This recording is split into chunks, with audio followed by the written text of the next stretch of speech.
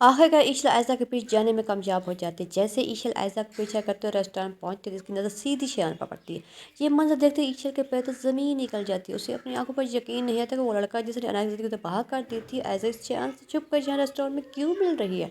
अब ईशा को सारी बात साफ समझ आ रही होती है। शेयान के साथ ऐजा भी मिली हुई है। दूसरी तरफ ऐजा को इस बात का ज़रा बराबर अंदाज़ा नहीं होता। घर में इसके गैर मौजूदगी सबको पता चल चुका है। जब असद को पता चलता है कि इसकी चचा की तबीयत काफ़ी ज़्यादा ख़राब है, तो वो फ़ौरन अस्पताल जाने के लिए बाहर निकलता है। लेकिन जैसे वो गाड़ी तक आता है तो उसे अपनी गाड़ी गायब मिलती है। बाकी तमाम गाड़ियाँ मौजूद होती हैं, मगर असद की गाड़ी नहीं हुई। ये देखकर असद परेशान हो जाता है। उसे लगता है कि शायद ऐज़ा वो गाड़ी लेकर पहले अस्पताल पहुँच चुकी है। वो फ़ौरन टैक्सी बुक करवाता है, खुद अस्पताल पहुँच जाता है। अस्पताल में वो सबसे पहले ऐज़ा के बारे में पूछता है, जिस पर मसरत बताती है कि बेटा ऐज़ा तो यहाँ आई ही नहीं थी। ये उसको कसर हैरान रह जाता है। उसे ऐज़ा पर शक होने लगता है। वो सोचता है कि अगर ऐज़ा अपने बाप को देखने अस्पताल नहीं पहुँची तो आखिर कहाँ गई है। ऐसा क्या ज़रूरी काम था जिसके लिए वो यहाँ तक नहीं आई। यही सोची असद को परेशान करती रहती है। इधर रेस्टोरेंट में ऐज़ा शान के सामने खड़ी उसे कहती है कि शान हंसते हुए जवाब देता है कि अभी तो मैंने बहुत कुछ तबाह करना है आपका घर पे ही। ये सुनते ऐज़ा चौंक जाती है।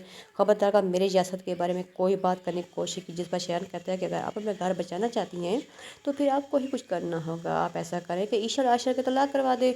ऐज़ा हैरान से पूछती है कि तुम इनकी तलाक क्यों करवाना चाहते हो, बल्कि इसने तो मेरे मुँह पर थप्पड़ मारा था और मैं वो थप्पड़ आज तक नहीं भूला। मैं बदला लूँगा। कोई ऐसा प्लान बनाए कि ईशल आयशा की तलाक हो जाए। ये सुनकर आयशा के दिल में छुपी ख्वाहिश जागती है, क्योंकि वो खुद भी यही चाहती थी कि ईशल और आशर अलग हो जाएं। वो फ़ौरन बोलती है, ठीक है शान, जैसे तुम कहोगे वैसे ही होगा। खबरदार अगर हमारे घर के बीच में आने की कोशिश की। शान मुस्कुरा कर कहते, फिक्र ना करें, आप दोनों को कुछ नहीं कहूँगा, लेकिन ईशा को डिवोर्स ज़रूर होनी चाहिए। ये कहकर शान वहाँ से चल जाता है। लेकिन ये सब कुछ ईशल अपनी आंखों से देख चुकी होती है। ईशा फ़ौरन असद की गाड़ी में बैठकर अस्पताल पहुंचती है। वहाँ आशिफ परेशानों को पूछता है कि ईशा तुम असद भाई की गाड़ी लेकर क्यों गई थी।